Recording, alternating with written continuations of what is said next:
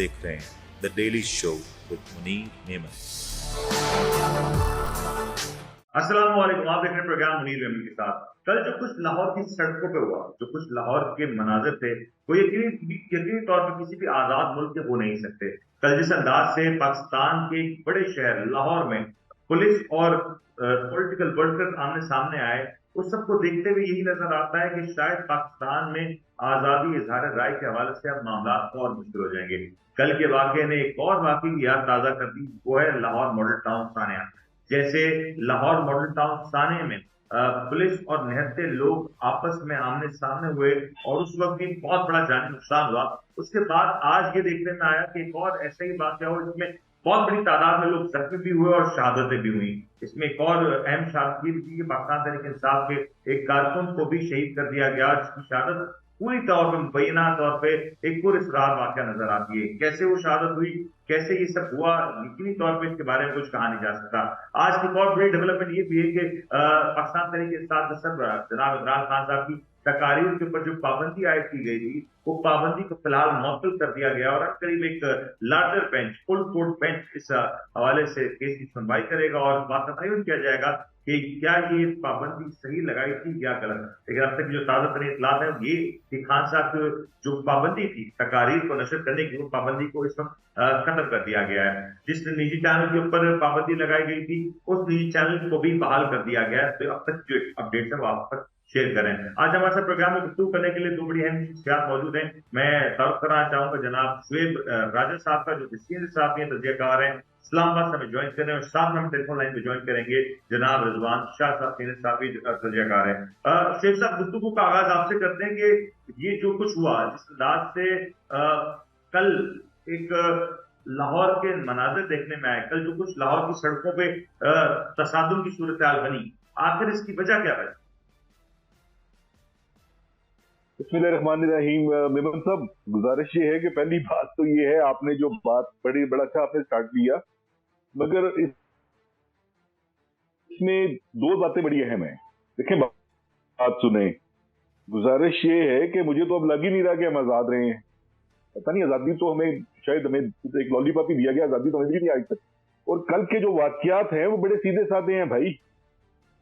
एक care taker government जिसका mandate सिर्फ और सिर्फ फ्री एंड फेयर इलेक्शन करवाने का होता है, वो लोगों को पकड़ के और फिर उनको मार दे और फिर उसका पर्चा भी उसके घर वालों की मर्जी से ना हो, इसको आप क्या किस खाते में लेंगे?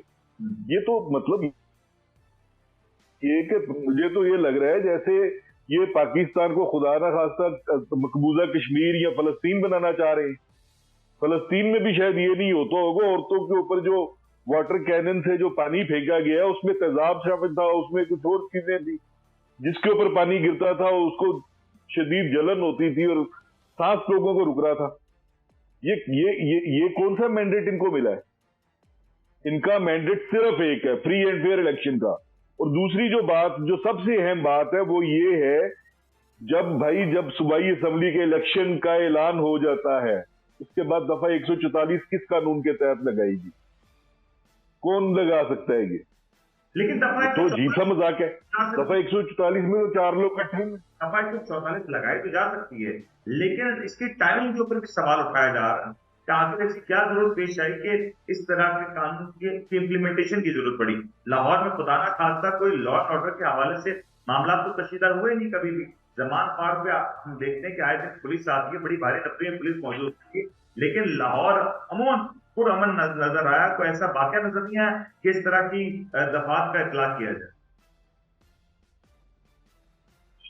मेमन साहब, गुजारिश ये है, कल के उनके जो सूबाई वजीर हैं आमिर मीर साहब, हालांकि मेरे कुलीग रहे हैं किसी जमाने में, मैं उनके हवाले से एक बात करना चाहूंगा। उनसे कल काशिफ अब्बासी ने पूछा कि आपने इमरान खान साहब से इस पे कोई बातचीत करने की कोशिश की थी? उन्होंने कहा कि वो सुनते ही नहीं है।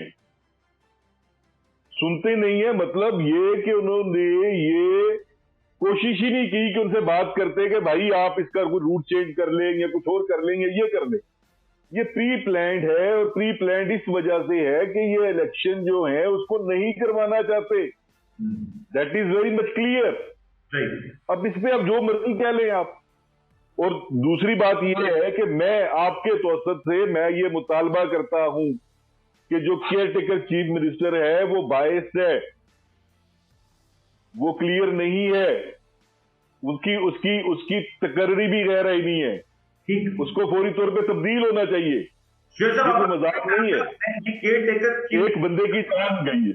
मैं नकवी साहब के हवाले से बात करूंगा, लेकिन शाह साहब ये जो कल जो कुछ मामला हुए इसको इंटरनेशनल मीडिया ने कवर किया, और आज सबसे बड़ी डेवलपमेंट ये है कि इंटरनेशनल मीडिया कल जो कुछ लाहौर में हुआ उसको बहुत बड़ी हेडलाइंस बना रहा है। कल तक ये हुकूमत थी जो लॉ एंड ऑर्डर के हवाले से ये कहती थी कि मुल्क में पीएसएल जैसा बड़ा टूर्नामेंट जारी है, इस वक्त हम किसी भी तौर पे लॉ एंड ऑर्डर के हवाले से कॉम्प्रोमाइज नहीं कर सकते, लोगों को ताउन के हवाले से अपील करती नजर आई।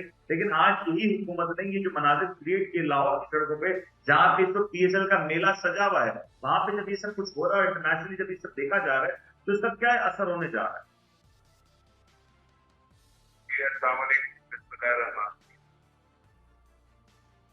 जी साहब। बात ये है कि उसका आवाज ठीक नहीं करती, उसी का शहर वही मुदई वही सिर्फ, हमें यकीन था हमारा कसूर नहीं सकता। कल किस तरह का फाशिज्म किया गया, ये आवाज आ रही मेरी आवाज? जी सर, बिल्कुल आ रही है। कल इस तरह का फाशिज्म किया गया तो की मिसाल आप देख सके, बगैर किसी वजह के एक मुकम्मल सफाती रैली के ऊपर किस तरह का संकल्प किया गया। मैं आपको अपडेट कर देता हूँ कि यूनाइटेड नेशन ने भी उसका नोटिस लिया। इवन ये कि रात की तर्जुमान नेट प्राइस जख्मियों को और हादसे में जो ताबाद के बारे में भी बयान दिया। तो अब इंटरनेशनल लेवल पर ये मामला अब नोट हो रहे हैं, और कोई शक नहीं कि पाकिस्तान को तमाशा बना दिया गया है। और ये जो हुकूमत एक बिकरार हुकूमत जिसको हमेशा न्यूट्रल समझा जाता था, ये न्यूट्रल हुकूमत न्यूट्रल ना रही था। और जिस तरह बर्बरियत का मुजाहरा किया गया इंटरनेशनल वुमेन डे के ऊपर, खवातीन के ऊपर जिस तरह तशद्दुद किया गया, अब मुझे बताया कि आप इसकी वजह क्या चाहते हैं? ये वो लोग हैं जो महंगाई बात करके अब आपको तसल्ली देने के लिए आए थे कि बहुत महंगाई कर रहा है, आपको बचाएंगे। आज कोई महंगाई बात करके इक़्तिदार साबित होने वाले कौन से किस बात का इंतकाम है? पाकिस्तान में गरीब आदमी का जीना क्यों बना दिया गया है? और पाकिस्तान जो डिफॉल्ट के दाने में खड़ा हुआ है, उस मुल्क का सबसे बड़ा मसला कोई खाना की गरीब को बना रहे हैं। ये किस तरह का एक फाशिज्म है मुल्क के अंदर जा रही है, इसको कौन देखेगा, कौन रोकेगा? लेकिन शाह साहब, आप जो बात कह रहे हैं बिल्कुल 100% दुरुस्त। बल्कि एक चीज में और भी ऐड कर लेते हैं कि कल लाहौर बार काउंसिल का भी एक हंगामी इजलास हुआ, उसमें भी तमाम तर सूरत हाल का जायजा लिया, और कुछ इतलात ये भी कि कुछ सीनियर वकला की खान साहब से मुलाकात भी हुई इस हवाले से। लेकिन कल जो कुछ हुआ, हमने देखा कि पाकिस्तान में बड़े सारे इस तरह के वाकयात हुए। बल्दिया टाउन फैक्ट्री का वाकया हमारे सामने है, आज तक उसके गुनाहों को कैफरी किरदार तक नहीं पहुंचाया गया, बल्कि ड्राई क्लीन करके लॉन्ड्री से गुजार के उनको फिर क्लीन चिट दे दी गई। लाहौर मॉडल टाउन सानिया हमारी आंखों के सामने ज्यादा अरसा नहीं गुजरा, उसके भी मुजरिमों का आज तक तयन नहीं किया जा सका, बल्कि उसकी जो जीआईटी रिपोर्ट है वो कहाँ है, कहाँ चली गई, वो हवा हो गई, उसके बारे में कुछ नहीं कहा जा सकता। अब ये रिसेंटली अरशद शरीफ शहीद, जो जिस अंदाज से उनको शहीद किया गया, जिस अंदाज से उन्हें मुल्क से जाने पर मजबूर किया गया, कौन मुलविस था इस पर, सब में किसका हाथ था, उसके बारे में कोई ठोस इत्तलात नहीं है। अगर आज ये सब कुछ हो रहा है और आज एक और वाकया हो गया, तो मेरे ख्याल से हुकूमत किसी भी तौर पे परेशान तो नहीं होगी, क्योंकि इस मुल्क में रूल ऑफ लॉ नजर नहीं आता। देखिए, रूल ऑफ लॉ को तुम्हें फिर से 11 माह से नजर ही नहीं आता। सब ऐसा ही नजर आ रहा है कि इस वक्त 58 साल में महंगाई का सबसे अद्भुत हम देख रहे हैं। पिछले 10 माह निगमों की कहाँ पे खड़ी है? बिल्कुल सही। यदि आप जाता, बेकरार हम इतना टाइम और गुजारते। ये बात आपकी शासन की वैलिड भी है, और ये कंसर्निंग फैक्टर भी है। हमारे यहाँ माजरत के साथ कथा कलामी कर रहा हूँ, हमारे साथ माजरत ये है कि सियासत में जब जिसका दाव चल पाता है वो आमतौर पर इस बात को फरामोश कर देता है कि वक्त एक साथ नहीं रहता। हमने देखा कुछ अर्से पहले मियाँ साहब के ऊपर जो मुश्किलात थी नून लीग दौर से गुजर रही थी, आज वो दौर तब्दील हुआ। आज तरीके साहब के ऊपर ही मामला है कि दौर भी तब्दील होना है, और फिर कहीं ना कहीं ज्यादा शायद तो वक्त भी नहीं, क्योंकि इंतखाबात होंगे और तो दूध का दूध पानी का पानी प्रोजेक्ट आखिर हवा में मकबूल कौन है। लेकिन शेख साहब ये जरा बताइएगा कि जो कल जो कुछ हुआ, आपको लगता है इसके ऊपर कोई इंक्वायरी की जाएगी? क्योंकि एक शख्स शहीद हो गया, इतलात ये है कि कुछ और लोग भी इस वक्त तशवीशनाक हालत में, उनकी भी हालत गैर है इस वक्त तक। साहब देखिए, दो तीन बातें अभी आपने जो की हैं मैं उनको लेकर आगे चलूंगा। जी जी इस मुल्क में पहली बात ये है कि मियाँ साहब पे कोई ऐसा जुल्म नहीं, मियाँ साहब पे कोई ऐसा जुल्म नहीं हुआ आज तक। मैं ऑन रिकॉर्ड ये बात कह रहा हूं। उनके ऊपर जितने केसेस थे वो सारे करप्शन चार्जेस थे। उन करप्शन चार्जेस पे जो सुप्रीम कोर्ट ने पनामा के केस में उनके ऊपर बनाए थे, इमरान खान ने कभी भी उनकी किसी रैली पे भी इस किस्म का कोई भी काम नहीं किया था। देखें, आप जो है आप हिस्ट्री को दुरुस्त रखें, गलत ना करें इससे। पहली बात ये है। दूसरी बात जो मैं कहना चाह रहा हूं, अरशद शरीफ जो है, अरशद शरीफ ने खुद को खुद ही गोली मार ली थी भाई। हद हो गई यार। आपकी जेआईटी वहां जाती है और वो कहती है जी हमें सबूत ही कोई नहीं मिला। तो चाय पीने गए थे वहां पे, क्या करने गए थे वहां पे? मजाक बनाया हुआ इस मुल्क का। ये मुल्क जो है, ये मुझे तो ये जो जिस किस्म के हालात बन रहे हैं, इसमें मेरे ख्याल में तो जो इंसानी हकूक की जो मतलब ये कि जितनी खिलाफ वर्जी हो रही है, इस पे इंटरनेशनल कोर्ट ऑफ जस्टिस को नोटिस देना चाहिए। मजाक बना के रख दिया उन्होंने उस मुल्क का। आज इस मुल्क में एक गरीब आदमी जो है वो पेट भर के खाना नहीं खा सकता। आप किस दुनिया में बैठे हैं भाई? ये क्या बातें चल रही हैं ये? हम मतलब कब तक झूठ बोलेंगे यार? खुदा का वास्ता है, सच की बात करें। जो फैक्ट्स एंड फिगर्स हैं उन पे बात की जाए। अरशद शरीफ ने खुद को खुद मार दिया। इमरान खान पे कातलाना हमला जो था वो खान साहब ने खुद करा दिया। कल जो अली बिलाल है वो भी खुद ब खुद मर गया। पुलिस की वैन में उसकी वीडियोस मौजूद हैं, मार्केट में पड़ी है सारी।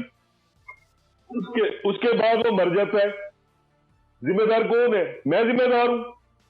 हद हो गई यार। ये बिल्कुल पॉइंट वैलिड है। शेर साहब, मुझे ब्रेक का कहा जा रहा है, मैं एक मुख्तसर सा ब्रेक लेना चाहूंगा। ब्रेक के बाद लौटूंगा, आप ही से शुरू करूंगा। एक ब्रेक लेते हैं, ब्रेक के बाद जब लौटेंगे तो ये जरा इस हवाले से गुफ्तगू करेंगे कि कल हुआ इलेक्शन का शेड्यूल अनाउंस हो गया, और इलेक्शन शेड्यूल अनाउंस होने के बाद दफा 144 का इस तरीके से इतलाक हो जाना, और अब आने वाले दिनों में जो सियासी सरगर्मियां हैं वो किस तरीके से एक्टिवली पार्टिसिपेशन हो सकेगी, किस तरीके से आवाम अपनी राय का इजहार खुल के कर सकेगी अगर इस तरह का सिनेरियो होगा। कि पाकिस्तान में अगर जमहूरियत की बात की जाती है तो जमहूरियत के लिए कड़ा वक्त जरूर है। इसके बात करेंगे ब्रेक बता। आप देख रहे हैं the daily show with Munir नेमत। आप देख रहे हैं the daily show with Munir नेमत।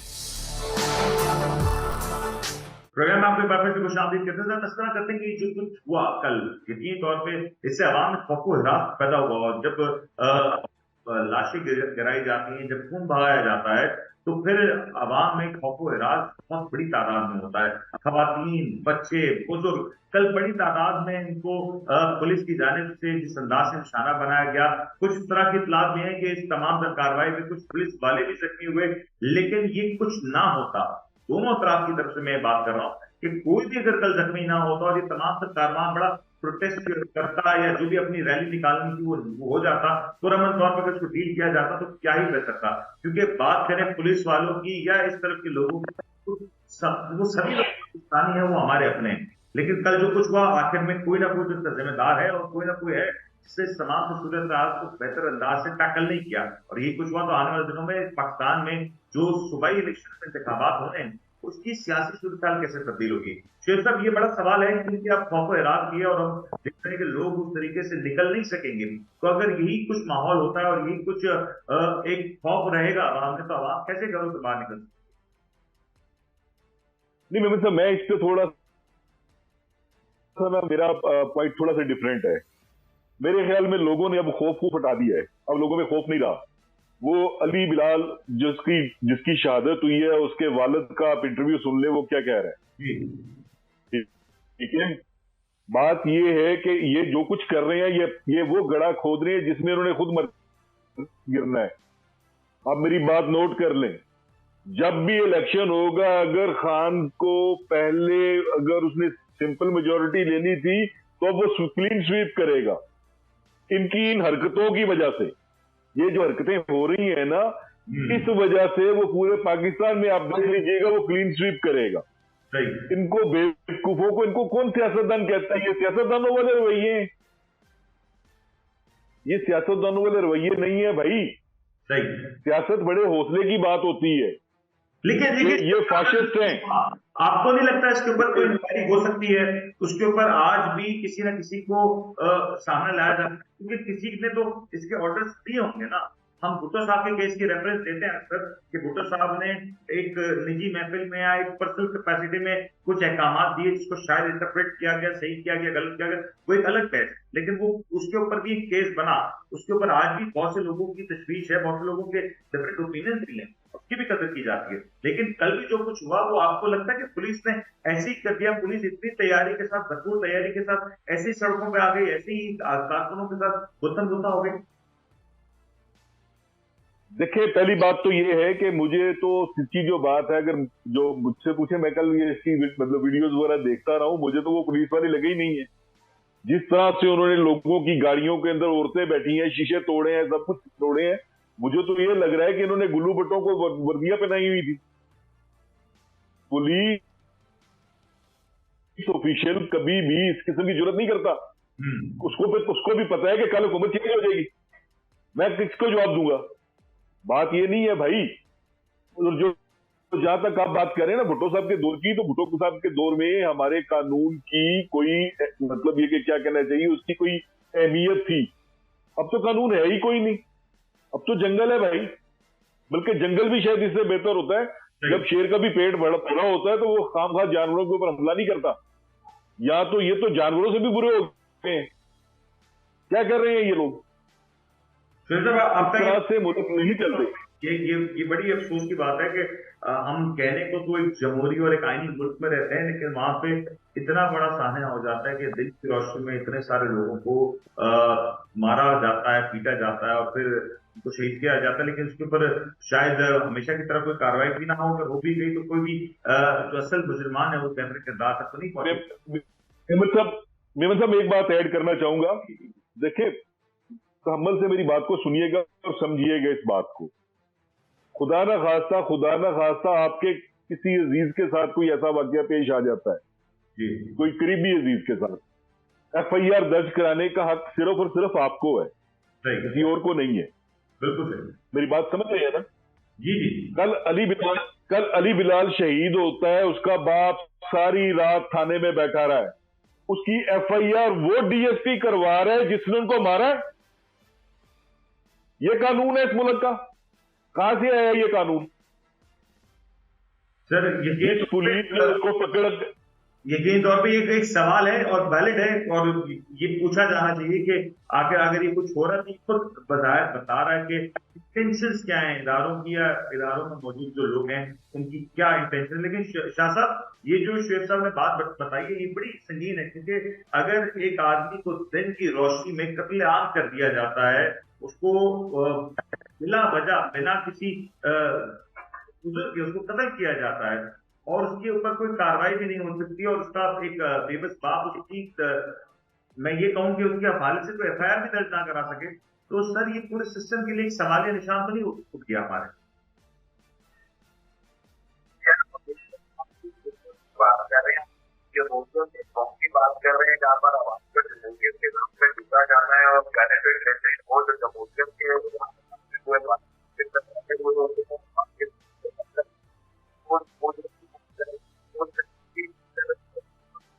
शाह साहब ये बता दें कि इस वाकये से पहले, साने से पहले कुछ तकारीर रही हैं राणा सनाउल्लाह साहब की, जो कि वजीर दाखिला हैं, मरीम नवाज साहब की तकारीरें हैं, बहुत सी तकारीरें, वो तकारीर भी कहीं ना कहीं इस तरह के वाक़ों की निशानदेही करती हैं कि इस तरह का कोई वाक़या हो सकता था। हमने टेलीविजन स्क्रीन पे बारहा इस बात को दोहराया कि इस तरह के वाक़यात हो सकते हैं। हुकूमत को चाहिए कि इसको कंट्रोल किया जाए। हुकूमत का किरदार एक रियासत का एक किरदार एक माँ की तरह का होता है, वो इस तरह के अंदाज को नहीं अपनाती है, लेकिन अपनाया गया। तो आपको लगता है कि अगर कल को इसकी इन्वेस्टिगेशन होती है तो ये तमाम सब जो बयानात दिए गए हैं उनकी भी उनको भी इसका रिकॉर्ड कैसा बनाना चाहिए? कैसे मुमकिन है? कैसे मुमकिन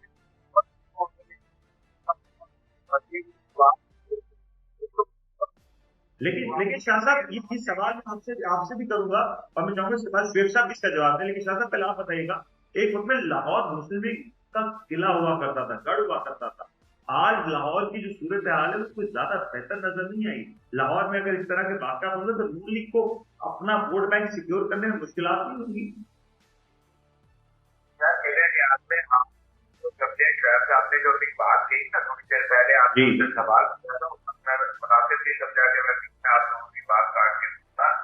मसला ही यही है, मसला ही यही दरपेश है कि जितना इमरान खान को दबा रहे हैं, इमरान लोगों के दरमियान से डबल मकबूल हो रहा है। तो बिल्कुल मैं प्यार साहब की बात से 100% बल्कि 200% मुतफिक हूँ कि अब पाकिस्तान सियासी तौर पर एक तरफ चला गया। अब हमने अपना फैसला कर दिया है और अब हम अपना फैसला देखेंगे। सर ये पॉइंट आ गया शेख साहब, मैं चाहूंगा इसके ऊपर आप भी करते हैं।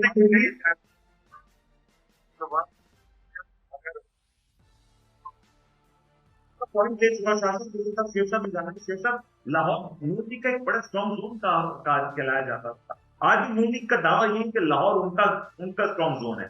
लेकिन अगर इस तरह के वाक़यात होंगे तो लाहौर तो क्या मेरे ख्याल से बहुत ज्यादा मुश्किलात हो जाएगी नून लीग के। मेमन साहब गुजारिश ये है, मैं इस बात को थोड़ा इस तरह से लूंगा, मकबूजा कश्मीर में भी इलेक्शंस होते हैं, आपको पता होगा जी जी, और मोर देन 90% लोग बाइकआउट करते हैं, कोई वोट डालने नहीं आता। ऐसे ही होता है ना। इन बेवकूफों को ये समझ नहीं आ रही कि आप डंडे के जोर से लोगों से वोट नहीं ले सकते। आप जो लोग आपके हक में थे वो भी आपके खिलाफ हो जाएंगे। आप खौफ और दहशत से आप किसी को वोट देने पे आप उसको मजबूर नहीं कर सकते। लाहौर शहर जिसकी आबादी इस वक्त 2 करोड़ से ऊपर है, मरियम नवाज शरीफ आई जब ये रिसेंटली आई है, तकरीबन कोई 22 टीवी चैनल्स पे करोड़ों रुपए के इश्तहार देकर 5000 बंदा वहां पे इकट्ठा नहीं हुआ। क्यों? भाई लोग इनसे अब शदीद नफरत करने लग गए हैं, और ये जिस तरह से ये करेंगे नफरत बढ़ती जाएगी। ये मैं नहीं कह रहा, ये कॉमन सेंस की बात है, ये कॉमन सेंस की बात है। आप डर के जरिए मुझे नहीं जीत सकते। मुझे जीतने का एक ही तरीका है कि मुझसे मोहब्बत की जाए। ठीक हो गया, मेरी बात समझ रहे हैं ना आप? ब्रेक पे मुझसे मैं ब्रेक पे जाने से पहले एक सवाल छोड़े जाता हूँ, क्योंकि कल इलेक्शन कमीशन ने 30 अप्रैल की जो डेट है वो दे दी है, जबकि इत्तलात ये हैं कि 30 मार्च के कुछ ही दिनों के बाद या 30 मार्च तक ये हल्का बंदियों का या डिजिटल मरदमशुमारी का जो एक हिस्सा है वो मुकम्मल हो जाता है। अगर ये हो गया तो क्या नई मरदमशुमारी के साथ इलेक्शन में जाया जाएगा, या इलेक्शन कमीशन पुरानी मरदमशुमारी के साथ पुरानी हल्का बंदियों के साथ इलेक्शन करवाएगा? और क्या ये वक्त पे इलेक्शन हो सकेंगे या नहीं? क्योंकि 2 आईनी मामला है जिसका टकराव नजर आ रहा है। इसके ऊपर बात करेंगे, ब्रेक के पहले कर रहा है। आप देख रहे हैं the daily show with Munir Memon. आप देख रहे हैं the daily show with Munir Memon. Programme में आपको एक बार फिर से खुशामदीद करते हैं। तस्करा कर रहे थे कि जो पंजाब में इलेक्शंस का मुअम्मा बना हुआ है कि क्या इलेक्शंस होंगे नहीं होंगे, नई हल्का बंदियों के तहत होंगे, क्योंकि कल इलेक्शन कमीशन ने 30 अप्रैल की डेट तो अनाउंस कर दी है, लेकिन नई हल्का बंदियों के बारे में कहा जा रहा है कि 30 मार्च तक मुकम्मल हो जाएंगी। अगर हल्का बंदियां मुकम्मल हो जाती हैं तो आईनी नुक्ता ये कहता है कि नई हल्का बंदियों के तहत इंतखाबात होने हैं, जबकि इलेक्शन कमीशन ने आज से इंतखाबात का जो पूरा शेड्यूल है उसका अनाउंस कर दिया है। ये दो आईनी मुकादे जिसके ऊपर यकीनी तौर पर मुस्लिम लीग नून काफी ज्यादा इंतजार कर रही है कि किसी भी तौर पर इस रोशनी में पाकिस्तान में होने वाले जो सूबाई असम्बली के इंतखाबात है उनको डिले किया जा सके। इसके ऊपर बात करेंगे, लेकिन एक और बड़ा अहम मसला है कि कल जो दफा 144 नाफिज की गई है, उस दफा 144 के नफाज में कहा यह गया था कि 7 दिन तक नाफिज की गई है, लेकिन आज जो इतलात आई है कि शायद इस बयान से नून जानिब से या पाकिस्तान पंजाब की जो मौजूदा निगरान हुकूमत उसकी जानिब से रिवर्ट किया गया, यू टर्न लिया गया, ये कहा जाए तो इसके ऊपर क्या मामला भी शेख साहब जरा जानते हैं। शेख साहब, ये जो मामला हुआ दफा 144 का, कल ये कहा जा रहा था कि 7 दिन के लिए नाफिज की गई है ताकि लाहौर में अमन अमान की सूरत हाल है, ट्रैफिक का माहौल है, वो स्मूथ रहे। आज ये इतलात आई है कि शायद ये दफा 144 के हवाले से जो इकदाम है वो 7 दिन के लिए नहीं थे, कल 1 दिन के लिए थे। नहीं जनाब, ऐसा नहीं है। गुजारिश ये है कि जो बैरिस्टर हमाद अजहर है उन्होंने हाई कोर्ट में एक रिट पिटीशन दायर की थी कि जब इलेक्शन अनाउंस हो जाए तो 144 उसका कोई जवाब नहीं रहता, लग नहीं सकती।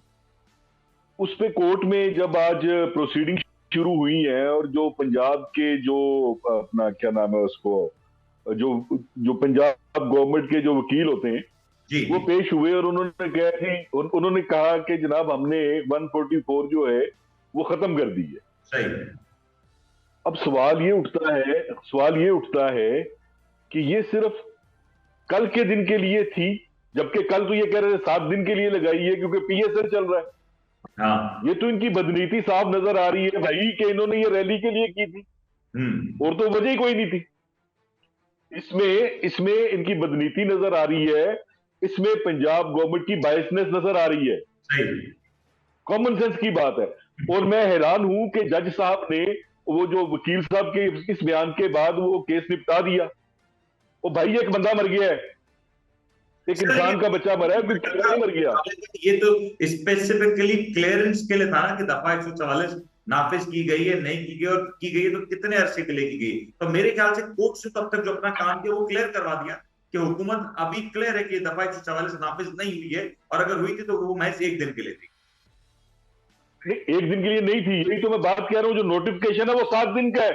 मैं बिल्कुल नोटिफिकेशन 7 दिन का था, कल तक जो गर्दिश कर रहा था नोटिफिकेशन 7 दिन का था। यही मैं कह रहा हूँ कि शायद इस पर निगरान हुकूमत ने यूटर्न लिया। शाह साहब, आप कुछ कहना चाह रहे हैं? जी, मैं ये कहना चाह रहा हूँ कि हामिद मीर के भाई आमिर मीर जो इस हुकूमत के मुशीर बने हुए हैं और मेरा ख्याल है निगरान हुकूमत के शायद वो स्पोक्स पर्सन है, ठीक है। तो कल फरमा रहे थे कि हमने सिर्फ औरत मार्च की वजह से ये जो है सेक्शन 144 का निफाज किया है। फिर वो कहने लगे, जब उनको काशिफ अब्बासी ने क्वेश्चन किया तो वो मजीद फिर कहने लगे कि नहीं जी वो तो हमने पीएसएल के लिए किया है। तो वो बिल्कुल सही है शोएब साहब की बात, ये बदनीयती पे मबनी है। ये एक झूठ बोलते हैं, फिर उस एक झूठ को छुपाने के लिए 100 झूठ और बोलते हैं। सीधा सीधा आप इलेक्शन के लिए आए थे, आप एक निगरानी के तौर पे आए थे, आपने तो आकर कहर बर्पा कर दिया सही अपने ही लोगों पर। तो आप फिर किस तरह क्या जो बात आप पहले कर रहे थे वक्फे से पहले, ठीक है, उसमें आप जो बात कर रहे थे कि जी वो लाहौर के अंदर मकबूलियत, भाई इनकी लाहौर छोड़े पाकिस्तान में मकबूलियत खत्म हो गई है। इनका सबका सियासी दुकानें बंद हो गई हैं, ये उसका रोना पीटना, ये मातम उसका है, इसलिए इंतखाबात। लेकिन शाह साहब, ये जो तमाम कुछ हो रहा है इसकी असल वजह तो सूबाई इलेक्शन है ना। कल इलेक्शन कमीशन ने, चाहे वो किसी की मंशा हो या ना हो, किसी को अच्छा लगे या बुरा लगे, बिल आखिर इलेक्शन की तारीख तो दे दी है, लेकिन इसके बाद अभी सवाल उठाए जा रहे हैं कि क्या इस तारीख के ऊपर ये इंतखाबात हो भी सकेंगे, यानी क्योंकि ये जो दफा 144 है, ये जो रैलियां हैं, सब कुछ इस वक्त जो पूरा स्टेज देखिए, इसके पीछे की असल वजह तो यही कि इलेक्शन होने और इलेक्शन देखें मुनीर साहब, बात यह है कि ये इलेक्शन नहीं करवाने की पोजीशन में, ये इलेक्शन करवाना नहीं चाहते, ये हारना नहीं चाहते, इसके लिए ये हर बार आजमाएंगे, लेकिन अदालत भी डटी हुई है, ये भी ध्यान में रखिएगा। ये इलेक्शन रोक नहीं सकेंगे, उसको थोड़ा डिले कर सकेंगे लेकिन रोक नहीं सकेंगे। एग्जैक्टली ये मेरा पॉइंट है, डिले किया जा सकता है किसी भी तौर पे, क्योंकि इस हवाले से भी आइन बड़ा क्लियर है कि 90 डेज बताओ, इस हुकूमत की इस वक्त ये सिचुएशन है कि अगर आज आप प्रेस कॉन्फ्रेंस कर देना कि मैं हुकूमत को कुछ तरकीब दे दूं इलेक्शन मजीद डिले कराने की, ये आपको भी मुशीर रख लेंगे अपने पास। मुनीर साहब ये देखिए, बड़ा आसान टोटका बता रहे हैं। ये तिनकों का सहारा ढूंढ रहे हैं, ये डूबते हुए हैं और ये तिनकों का सहारा ढूंढ रहे हैं, लेकिन ये होने नहीं लगा सर। मेरे हिसाब से इलेक्शन को मामूली सा डिले किया जा सकता है, कुछ दिनों के लिए डिले किया जा सकता है, शायद एक हफ्ते तक डिले किया जा सकता है, लेकिन इलेक्शन अब रुकेंगे नहीं। इलेक्शन सही। शेख साहब, ये इसके ऊपर आप भी कमेंट कर दीजिए कि क्या आईनी तौर पे कोई ऐसा नुक्ता क्रिएट किया जा सकता है कि हल्का बंदियां नहीं है तो नए इलेक्शंस होने चाहिए या नई तारीख देनी चाहिए, इसमें ताकीद की जा सकती है? भाई पहली बात तो ये है कि आइन है कहां। अगर आइन के हिसाब से बात करें तो इलेक्शन 14 अप्रैल से पहले होने चाहिए थे। आइन तो आपने पहले ही तोड़ दी है, मजीद तोड़ देंगे क्या फर्क पड़ता है? आप समझे ना, ये उन मुल्कों में होता है जहां पे कोई आइन होता है, आइन की कोई कदर होती है, उसकी कोई इज्जत होती है। यहां पे तो आइन जो है वो इनके लिए रबड़ की नाक है, इधर मोड़ दें, जैसे दिल करता है वैसे कर लें, कौन पूछने वाला है इनको। लेकिन शेख साहब, अगर ऐसे पहले कौन सा ये नहीं चल रही पॉलिटिकल एजिटेशन अपने उरूज पे, अगर यहाँ पे इलेक्शंस ही मुलतवी हो जाते हैं, तो ऐसा कुछ हो जाता है एकदम के इलेक्शंस खटाई में पड़ जाएं, तो फिर आपको लाहौर की जो सड़कें आज मंजर पेश कर रही है, शायद उससे ज्यादा खौफनाक मंजर। भाई अल्लाह ताला ना करे, मेरी दिली ख्वाहिश है कि ऐसा ना हो जी, मगर मुझे इलेक्शन होते नजर नहीं आ रहे, मुझे खूनरेजी नजर आ रही है। और ये कुछ भी करेंगे कि अगर इलेक्शंस होने हैं या नहीं होने, इससे पहले या तो खान साहब को नाअहल किया जा सकता है या खान साहब को गिरफ्तार किया जा सकता है, ये भी मुमकिनात में से। नहीं सर, ये नहीं होगा। देखें, बात सुने, कल का भी जो एपिसोड था ना, उसका मकसद यही था। ये खूनरेजी चाह रहे थे। क्यों चाह रहे थे? इसलिए चाह रहे थे कि जवाब मिल सके इलेक्शन से भागने का। ये दोबारा कोशिश करेंगे, लेकिन ये अवाम का सामना करने की पोजीशन में नहीं है। का कोई एडवेंचर में से माजरत के साथ होता है, कोई सानिया होता है, हुकूमत को कभी फेवर नहीं किया, इसने हमेशा हुकूमत के लिए मुश्किलात खड़ी की हैं। आप कह रहे हैं अगर हुकूमत को से कोई बेनिफिट है, तो मेरे ख्याल से तो ये शायद कोई बहुत बड़ी गलती हो सकती है हुकूमत की, अगर हुकूमत ये सोच रही हो। आपने मौलाना फजलुर रहमान का बयान नहीं सुना? वो कह रहे हैं जी मतलब 3 महीने किया, हमें तो 3 साल चाहिए। अब अगर उनकी ख्वाहिशात पे चलना है तो फिर तो यही चलेगा भाई जो चल रहा है।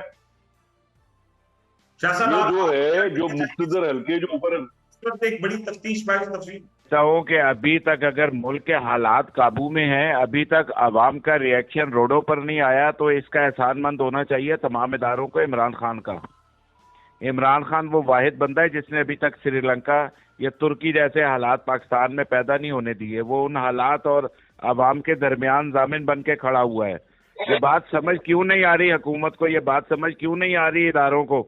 कितनी देर तक एक बंदा सब्र करेगा जब इतनी नाइंसाफी होगी? जब आप इंसाफ की राह में रुकावट डालेंगे, देखिए आप वो हर्डल रेस आपने अगर हिस्सा नहीं लिया तो देखी जरूर होगी कि एक हर्डल आती है, फिर दूसरी हर्डल आती है और आपको सबसे तेज भाग के क्रॉस करना होता है। ये हुकूमत हर्डल रेस खेल रही है पिछले 10-11 माह से अवाम के साथ और इमरान खान के साथ। वो एक चीज क्रॉस करता है, आगे फिर खड़ी कर देते हैं हर्डल, फिर एक और हर्डल आ जाती है। तो ये बेसिकली सिर्फ इक़्तिदार से चिमटना चाहते हैं और इक़्तिदार। शाह साहब, मेरे पास वक्त कम है, मुझे फाइनल कमेंट दे दें कि जो आईएमएफ के हवाले से मामला चल रहे हैं, ये बड़ा इंपॉर्टेंट है कि पाकिस्तान से माशी तौर पर भी बड़ा मुश्किलात नजर आता है, महंगाई अपने उरूज पे। आईएमएफ के हवाले से सागदार साहब ने कहा कि बहुत जल्द खुशखबरी आएगी और मामला तय पा जाएंगे। मैं ये तो तस्वीर कर रहा हूँ कि मामला तय हो जाएंगे, लेकिन इसके अवाम को क्या कीमत देनी पड़ेगी? देखे, खुशखबरी का लफ्ज यूज करते हुए उन्हें वैसे थोड़ा सा ना शर्म होनी चाहिए और हया होनी चाहिए कि वो जिसको खुशखबरी कह रहे हैं 1.1 बिलियन डॉलर को, तो वो वाली खुशखबरी कहाँ पे है जो आपने 12 बिलियन डॉलर खजाने में पड़ा, कहाँ पे खर्च कर दिया? उसको आप पॉइंट आउट नहीं करते, कोई मीडिया उसको पॉइंट आउट नहीं करता कि वो पैसे कहाँ चले गए जो मुल्क के खजाने में इमरान खान के जाने के बाद पड़े हुए थे। और आज 1.1 बिलियन डॉलर के लिए आपने कौम को गुलाम दर गुलाम बना दिया IMF का। और ये जो IMF की खुशखबरी और मुश्किल फैसले, ये चूरन मत बेचे, अवाम बहुत मुश्किल में आ गई है। और ये जो भाई आपको सुना रहे हैं ना कि खुशखबरी आने वाली है, भाई ये कोई खुशखबरी इस महीने नहीं आने वाली। IMF अभी मजीद आपसे इस महीने मुतालबे करेगा। आज आपका 25% एक्साइज ड्यूटी लागू हो चुका है, ठीक है।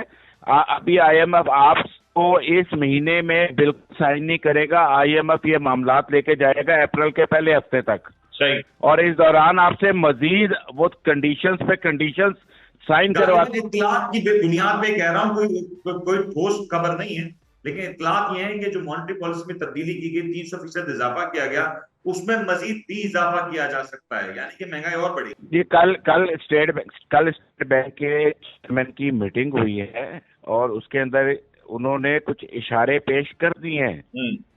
उन्होंने कुछ इशारे कर दिए हैं कि हम इसको मजीद इंटरेस्ट रेट को बढ़ाएंगे। तो मैं आपको ये बता रहा हूँ, बेसिकली ये किस्तों के अंदर आवाम को बता रहे हैं, जो क़यामत अप्रैल से शुरू होगी वो नाकाबिले बर्दाश्त होगी। यहाँ पर लोगों को रोटी नहीं मिलेगी, लोगों को कुछ खाने पीने को नहीं मिलेगा। शुएब साहब, फाइनल कमेंट इसके हवाले से, क्योंकि ये IMF का मामला एक ऐसा है कि पूरी पाकिस्तानी कौम इससे जुड़ी हुई है। आज महंगाई बहुत उरूज में नजर आ रही है और अभी जो इत्तलात है वो इतनी मुस्बत नहीं है। IMF से शायद पैसे तो मिल जाएं जो वफाकी हुकूमत को एक सस्टेनेबल टाइम पीरियड भी दे देंगे, लेकिन अवाम का क्या होगा ये कोई शायद सोच नहीं रहा। शायद